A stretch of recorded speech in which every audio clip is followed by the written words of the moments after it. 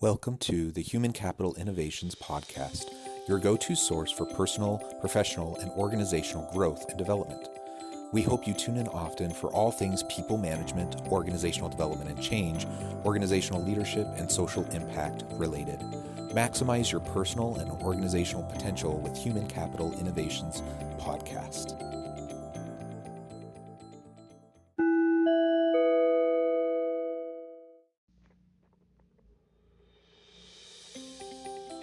Welcome to the Human Capital Innovations Podcast.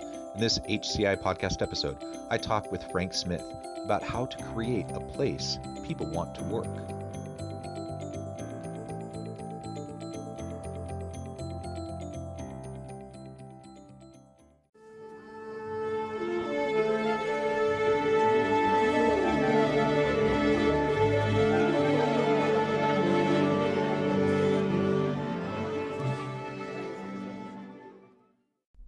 Frank Smith, welcome back to the Human Capital Innovations Podcast.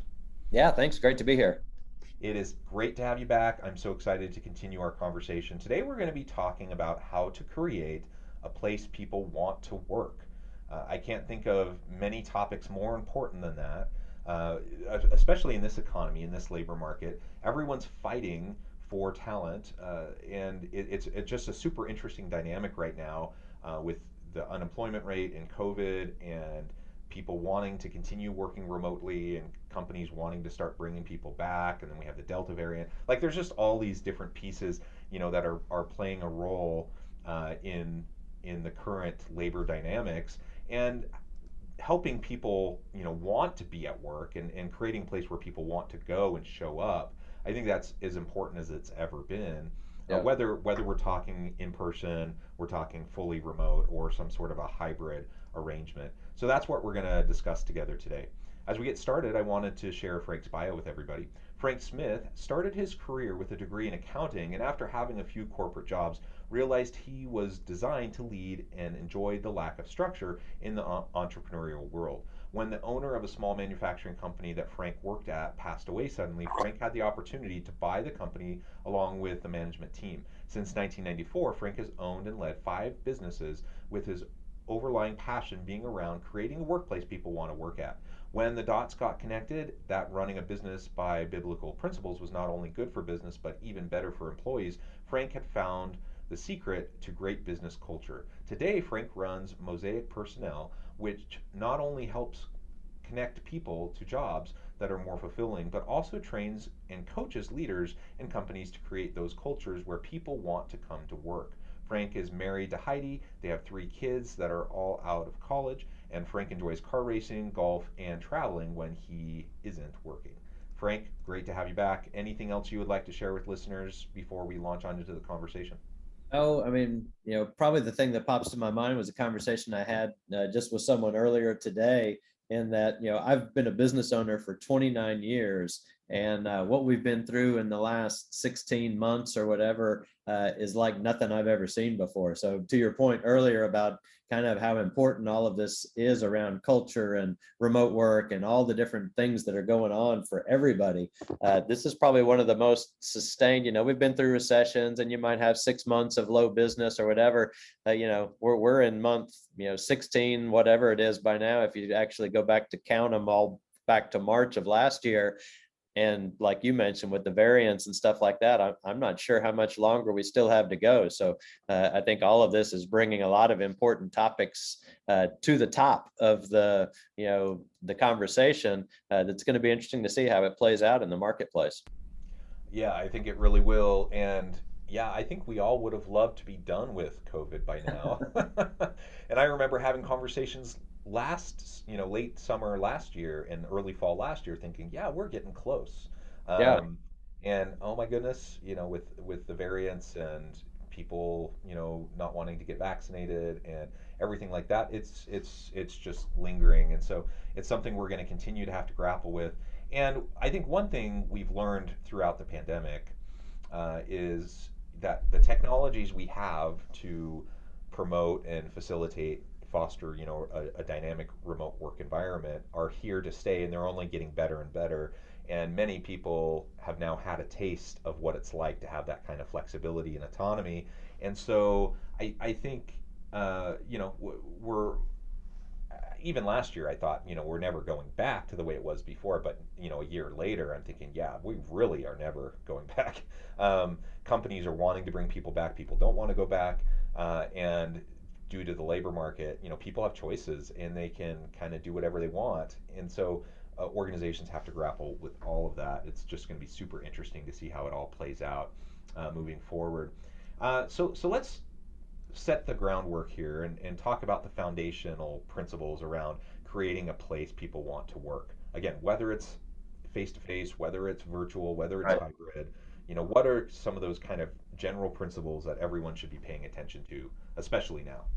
Yeah. So where I always go to is I like to keep things simple. And so my brain can usually handle like lists of three or lists of four in my life. And so, where I've narrowed down on this is to create a place people want to come to work on Monday morning. If you're a leader, if you'll accomplish three things, you're going to take care of 90% of the issues that are created in the workplace. Those three things are setting clear expectations, listening to people, and recognizing them for the work that they do. And if I'm doing that as a leader, I'm creating what people want. What people really want in the workplace is a sense of belonging. They want a place where they are, working on something bigger than themselves, where they can see. And so if I'm setting those clear expectations in my company with our purpose statement and here's what we're about, I can accomplish those and connect you to something that's bigger than yourself. But I want to have some autonomy in the way I do work. I want to be able to experiment and learn some things on my own. And so I have to, as a leader, provide that through listening and to recognizing you for the work that you do and giving feedback when it maybe it's either good or it's not good. But connecting and interacting with people is the basis of all of this. And when you look back in your life and you think about the people who made an impact on you, they were people that invested in you. They were people that believed in you when you didn't believe in yourself, maybe, or whatever. That might have been a parent, it might have been a coach, it might have been a friend's parent, depending on the situation. That's what people want in their boss too. And so as a leader, I can go a long way in creating a place where you want to come to work if I can just take care of those things by investing my time, listening to you, recognizing you for the work that you did, and helping connect your personal goals with the company's personal goals. I mean, leadership is all about what I call dream alignment. And if this is where the company is trying to get to, and if I can show you how you connect to that goal and it also gets you where you want to go along the way, man, we're in this together and we're going to bust down any walls that we come across in order to get there. So Yeah, I think those three elements are really vital. And certainly we all want to have a sense of why we're there, what we're trying to accomplish, how we're going to be held accountable, and how we're going to be supported, and how we go about doing our work. And that sounds super simple. And I suppose it is super yeah, simple, yet it doesn't happen. It doesn't happen so often in the vast majority of situations people find themselves in. That's why you go to a party and want to have a fun like gripe session. Just ask people like, what's the worst place you ever worked, or describe your worst boss. People have stories up the wazoo. Nobody's grappling to try to figure out like, oh, can I think of a time I had a negative workplace environment? We have tons of examples, and it's not because people are horrible people. It's not because leaders wake up in the morning wanting to go to work and screw over their employees and exploit and take advantage of people. I think most leaders, most managers, they want to do well. They want to be do right by their people. They want to lead good, effective teams. They want success, and they recognize that they need to do that through their people. Yet it doesn't happen. It doesn't get like moved from understanding it conceptually in the head to actually the daily practices, the daily actions and behaviors of the manager or the leader. And so I ask myself that question often, like why is that the case? Why so many people listen to podcasts like this, or they go to management training, or they have an executive coach, they hear these things over and over again, yet the patterns persist, the negative patterns persist. So why do you think that is the case? Why do you think so many leaders who are well intentioned struggle to implement some of these pretty basic simple principles that could make a huge difference? Yeah. So I agree with your comment earlier. It is simple, but it doesn't mean it's easy. And our selfishness takes over. The time it takes to really build a relationship with someone in your organization, the time it takes to listen to them, the effort that it takes to listen to them, most people won't invest that amount of time. I mean, I've been doing executive coaching for over 8 years now, and I can just see my clients kind of fog over when I tell them the amount of time they need to spend with their individual employees. I mean, I had one guy I sat in a meeting with, and he tried to tell me that he was a really good manager because he tried to spend at least 15 minutes a month with each one of his direct reports, and he only had 6. And I'm like, that's terrible. What, 15 minutes a month? I mean, you need to be spending 30 to 60 minutes a week with your direct reports in order to build that relationship, in order to really listen. I mean, most conversations, when you think about conversations with your spouse or with a good friend, the real meaty stuff doesn't come in the first 15 minutes. The real meaty stuff comes in minute 38, minute 42. It's like, hey, before we wrap up, or right at the end of a meeting, and you're like, oh my gosh, that was the jewel that we were waiting for 45 minutes. Let's schedule another meeting and now talk about the issue that we finally got to. We're in such a rush. And I think, some of it is, and I know you can't stereotype everybody, that the academic world doesn't teach this stuff for the most part. And then there's books out there that talk about efficient time use and, the 4-hour work week. The 4-hour work week is stupid. I mean, if you're going to be the leader people want to work for and create a place people really want to work, you can't spend that little bit amount of time engaging with your team. My team needs to know that I'm going to be in the office. My team needs to know how to connect with me remotely if they need me. I need to be available for my team. And it's really selfish of me if I'm trying to cram my work week into 4 hours or because I got to get to the golf course or whatever the case is. If that's what you want, don't get into leadership. And so I think it really boils down to, A, we weren't taught that. B, we taught things the wrong way for a long time, but now we know better. And we know that in the world we live in today, people need to have time with their boss. They want to have that interaction to build trust. And if you don't give it to them, I think that's why millennials get a bad, rap in the workplace. People like, oh, they'll leave in the heartbeat. They'll leave for better leadership is what they'll leave for, because they saw That's their right. parents, they saw their parents put up with crappy leadership, and it didn't get their parents anywhere because they still got laid off, or they still had, heartburn and whatever because their boss didn't treat them well, and they're just not willing to endure that much pain. And I don't blame them, and they should leave for better leadership. And so, that's what it boils down to, I think, is just leaders tend to be selfish. Patrick Lencioni put out a great book about the motive of why are you a leader. And if you're a leader because you think it's a reward for the past 20 years worth of work you've done, you're probably going to be a crappy leader. If you're a leader because you want to serve people and you want to help people accomplish their goals, people sign up to work with that guy all the time. Yeah, amen. I think most leaders, again, they have good intentions. Not everyone, though. Some people really are in leadership simply for their ego, for the power. I was in a meeting once with someone. We were describing like what the why of your work. Simon Sinek's famous book. Yep. Why do you do what you do? And everyone was going around the room and talking about like these inspirational whys that drive them. And then this one person who happened to be, a senior leader in the organization said, I love power. I love exerting power over people. I'm like, huh, well, that was an honest response, Yeah. but it's super telling. And it's also interesting that nobody likes to work with that person. And everyone feels like that person's a bully and so forth. So, I think most leaders aren't like that, though. Most leaders want to do right by their people, but it becomes either an issue of the selfishness, like you were saying, but I would even soften it a little bit for the majority of people. I think it's just a matter of priority and prioritizing. And if I don't know any better, if I don't know any different, and I've just seen other leaders behave this way and they run their team this way, what am I going to do when I find myself in that position? I'm going to run my team the same way I've seen it modeled for me over the years. And if I've never learned anything different, or I've never had an opportunity to experience anything different, of course I'm going to perpetuate, and continue the cycle of just bad leadership, even if you think, you're trying to do better.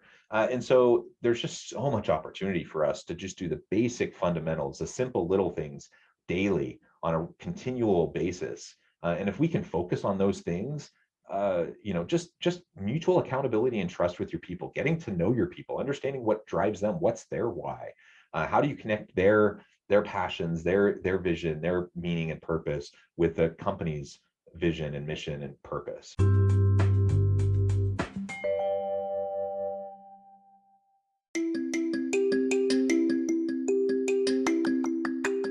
I'm excited to announce the publication of my new book from HCI Press, Bluer Than Indigo Leadership: The Journey of Becoming a Truly Remarkable Leader. Early in my adult life, I learned about an Asian proverb that translates as bluer than indigo. If you think about the color indigo, it is a brilliant, deep, and vibrant blue, what some would call the bluest of blues. To have something that is bluer than indigo is rare and truly remarkable. Contrary to popular myth, there is no one-size-fits-all or cookie-cutter approach to effective leadership. There's no silver bullet, no secret sauce, no go-to model that will solve all of our problems. The truth is, great leaders have all had their unique strengths and flaws, and have all had to discover and then pave their own distinctive path in their life's journey to fulfill their leadership potential. Bluer Than Indigo Leadership will help you discover your own path and explore those ordinary, everyday actions that will help you respond to an uncertain future and produce extraordinary results for individuals, teams, and organizations.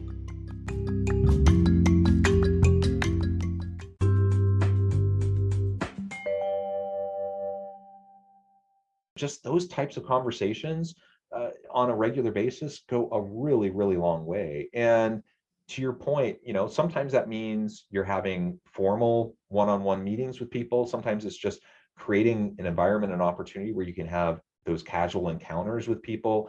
If you have a virtual team or a hybrid team, just making sure that they know you're accessible. Like hop on a Teams meeting, hop on a Zoom meeting, have a chat, call me on the phone, text me, Slack, whatever. There's so many ways to communicate. Just communicate with people more regularly. And I think your point about millennials is spot on. Millennials, and even more so with Gen Z individuals now entering the workforce, Yeah. they know better. They know, and I will say, because I'm a university professor, I think we do a much better job now than happened like when I was going through school, and how I was taught in management and leadership programs versus how we do things now. I think our students are coming out of the university with a much higher expectation and understanding of like what good leadership, good management looks like. They're just simply not willing to put up with it. They're not willing to put up with a tyrant boss, a jerk boss. They're not willing to put up with someone who's not willing to invest in them, who's not willing to mentor and coach and support them and help them develop. And I think that's actually a pretty reasonable thing. So if you have a constant churn of millennials and Gen Z workers who just seem to be leaving your organization, you need to ask yourself why. There's a reason they don't want to stay. And research shows that the most common reason is that, their boss creates an environment that's not psychologically safe and it's not a positive environment for them to be. They don't want to show up and they'd rather go somewhere else. And sometimes it's about pay, but usually it's not. Usually it's about some of those other intrinsic factors that we've already kind of been referring to. Yeah, pay usually shows up fourth or seventh on the list, somewhere down in that range. This is why I love conversations like this, because I appreciate you mentioning the point that the current students coming out of university do have a different expectation, because I think that's a fair point, that they are being taught more what good leadership looks like versus, I mean, again, I graduated from college 33, 34 years ago, whatever it is at this point. I promise you, I never had that taught in a class. And so I think that is a great distinction to make, and also a level of the frustration, because these young adults are coming out into the workplace with this expectation of what they were taught, and they're meeting up with people my age who were taught something completely different, and that, well, that's soft. If you get to know your people, don't be a soft leader. That's, we call them soft skills, and that's the hardest part of the job, is the soft skills, if you dive into it. So I think that's an interesting distinction to make, generationally, what we were taught. What I think of when I think of what the academic community is putting out is, outdated. Thanks for making me feel old. But no, but I think that's important for me to be aware of as well. So I love the learning that I'm getting out of this conversation as well, that, they're coming out with a different expectation than what I was taught. I mean, I came from the time period when it was, don't get to know the people you work for, because when you have to fire them, it'll just make it that much harder. And it's just like, that's just stupid. That's a good example of something that really is just stupid. And those cultural myths, I'll call them, these assumptions that persist. We need to dismantle that stuff, and I think slowly but surely we are. And some of it is generational, some of it is just you know preference and style. And it's true, some people like to be led differently. I don't know many people like this, but I've seen them in the past that there's some people really do like a more of a command control leadership style. That's not for me. I would never want to be working for someone like that. But I get it. Like, so there context, I guess, is really important. So we need to recognize context. We need to understand who we're working with. Sometimes it's generational. Sometimes it's just situational, or just preference, which speaks to the point. Like, you need to know your people. If you know your people, then you can cater to their needs in the way that they like to be led the most. And that hopefully doesn't sound like rocket science to anybody. No, but it takes a lot of time. I mean, it and takes again, I effort. think that individual approach, I mean, I've had individuals that have worked for me in the past that if I gave them a list of things to do today, they would execute flawlessly.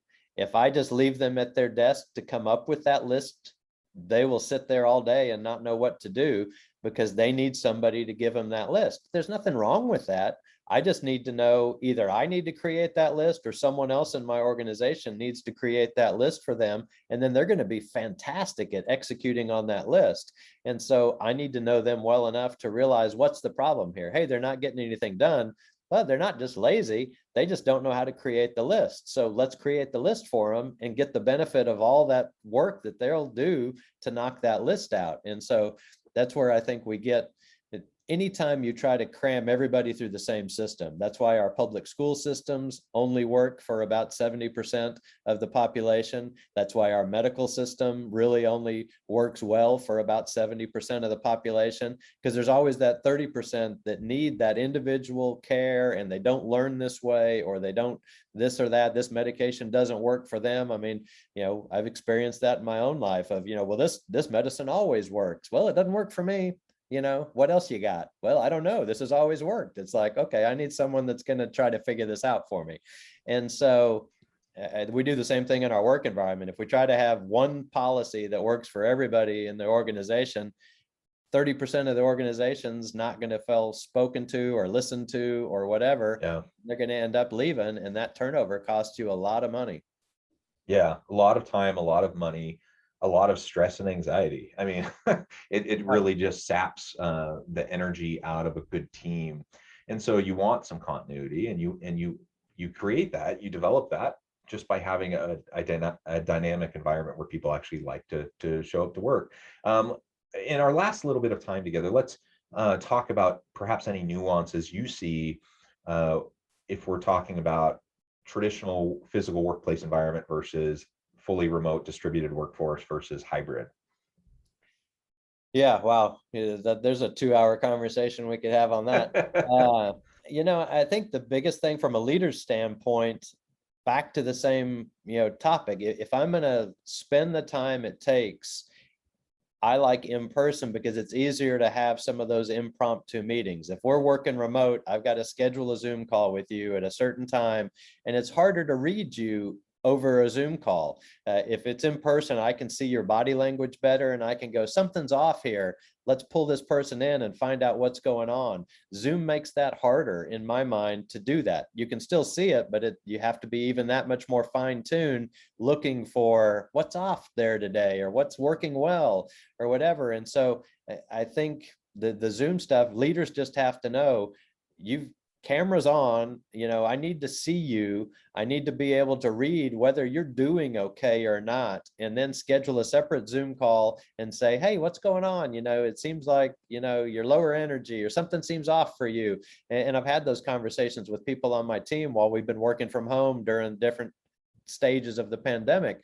And I find I probably work an hour and a half to 2 hours more a day trying to keep up with my team on Zoom, whereas I can walk through the office and get a pretty quick read in a way that I can't on Zoom. So that's probably the thing that I see for leaders. That's the hardest part, is to really, if you're trying to engage with your team, it's harder to tell over Zoom. And especially when the tendency I see with a lot of places is cameras off.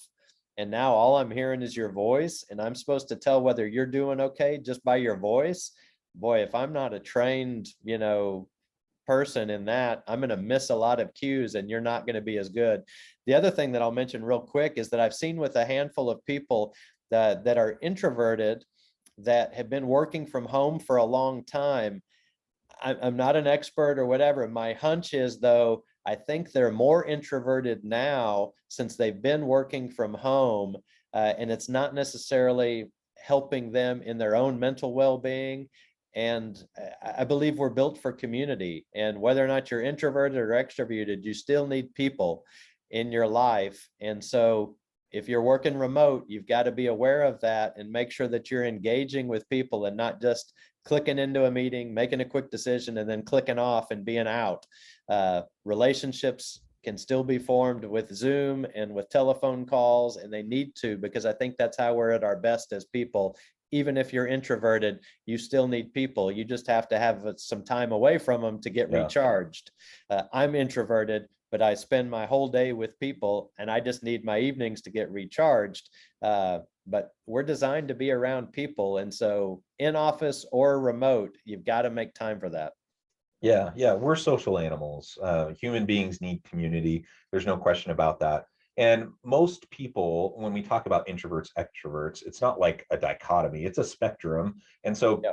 people fall somewhere along the spectrum, and some people need a little bit more than others. But ultimately, people need people, and so I think it is a challenge in trying to navigate that, and trying to, as a leader, trying to make sure that like the mental well-being, the mental health, the social and intellectual well-being of my people are being met, when they're remote, because over time, that could start to not only impact their performance and the bottom line of the company, and the value your team is offering, but it certainly can hurt the individual, and we want to look out for that and support our people in all aspects of their lives, so that they can be successful. And ultimately, I'm an introvert too. I would say, I definitely fall on that end of the spectrum. But it does depend. Like, it depends on the context I'm in. Like, in some cases, I really enjoy being around people and I don't even feel that drained from it. But in other situations, I do. And so, and I'm inclined when I'm in a Zoom meeting, especially if there's a lot of people there, like, not only do I have my camera off, but I have it muted, and I only chime in once every blue moon, and otherwise I'm just kind of sitting there listening. And obviously that's not going to provide that social connection that people need. So just be thoughtful about that. I think it's even more challenging when we're talking about some people being in work all the time, some people being distributed and remote all the time, and then having others who are hybrid and kind of mix and match. I think we as leaders are going to have to try to figure that out. We're going to have to try to figure out how to balance the connection piece, the productivity piece, the innovation piece, and support our people effectively, without getting completely overwhelmed by it ourselves. But ultimately, it comes back to those fundamentals you mentioned right at the beginning of our conversation today. It's not rocket science. It's not super complex, but it is difficult because it takes consistent, concerted, sustained effort over time. And anytime you talk about sustained anything, that's hard. And Yeah. so we just need to start today, make a commitment to ourselves and to our people that we're going to do this. Set up an accountability structure for yourself to make sure that you're doing it, and pretty soon it will become a habit. And you'll start. I'm convinced. Anyone listening, if you're not doing the things we've been talking about, you start doing them and do them, consistently over time. In the next couple of months, you're going to see huge, vast changes and improvements with your team. I'm completely convinced of that. And so it's just a matter of committing to it and prioritizing it so that we're giving the time to it. Yeah. The thing that I'll kind of wrap up my comment with, and I learned it from Zig Ziglar, who was the Simon Sinek of my day. And he always said, you can have everything you want if you help enough other people get what they want. And that is the bottom line to good leadership. That's what this is all about. If I'm caring about you and helping you get what you want, you're going to work and you're going to help me accomplish what the company needs to accomplish, because you're going to feel engaged, you're going to feel listened to, and you're going to want to do something that's bigger than yourself. And that's how that gets accomplished. Amen. Well said, Frank. It has been a real pleasure talking with you today. I really appreciate all of your insights. Before we wrap on up, I just want to give you a chance to share with listeners how they can get connected with you and find out more about the work you're doing and how your team can help them.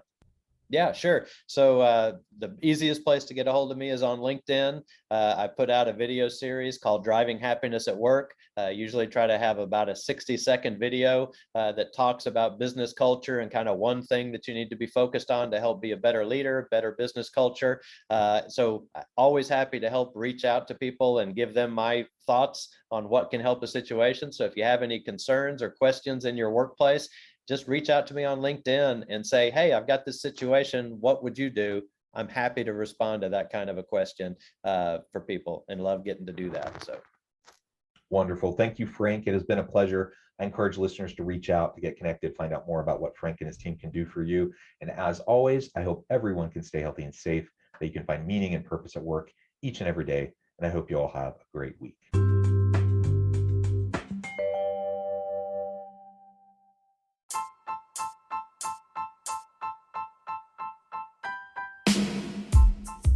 The alchemy of truly remarkable leadership. Ordinary, everyday actions that produce extraordinary results. Consider how the nature of work has shifted over the past 50 years. With increased globalization, rapid technological advancement, and the shift in economic composition, the average job of today looks very different than the average job of 50 years ago. What will the jobs and organizations of tomorrow look like? Moreover, what does this all mean for organizational leaders? What are the core competencies and capabilities of organizations and their leadership that are prepared for continued disruption and geopolitical and socioeconomic shifts? Regardless of what the future holds, increasingly, leaders need to be socially minded, data-driven, decisive, champions of talent, and disruptors of the traditional notions of leadership, teams, organizations, and work. The alchemy of truly remarkable leadership will help you to explore your own leadership competencies and capabilities and consider ways to apply and implement them into your workplace and personal life.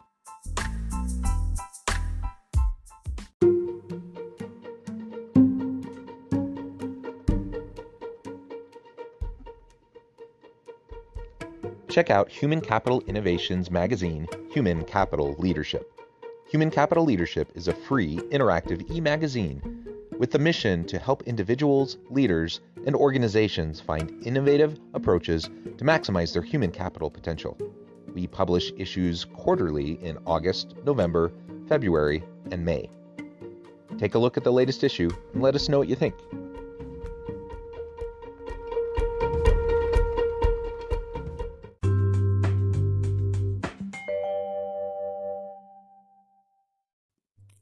Thanks again for joining us for this episode of the Human Capital Innovations Podcast. I hope you stay healthy and safe and that you have a great week.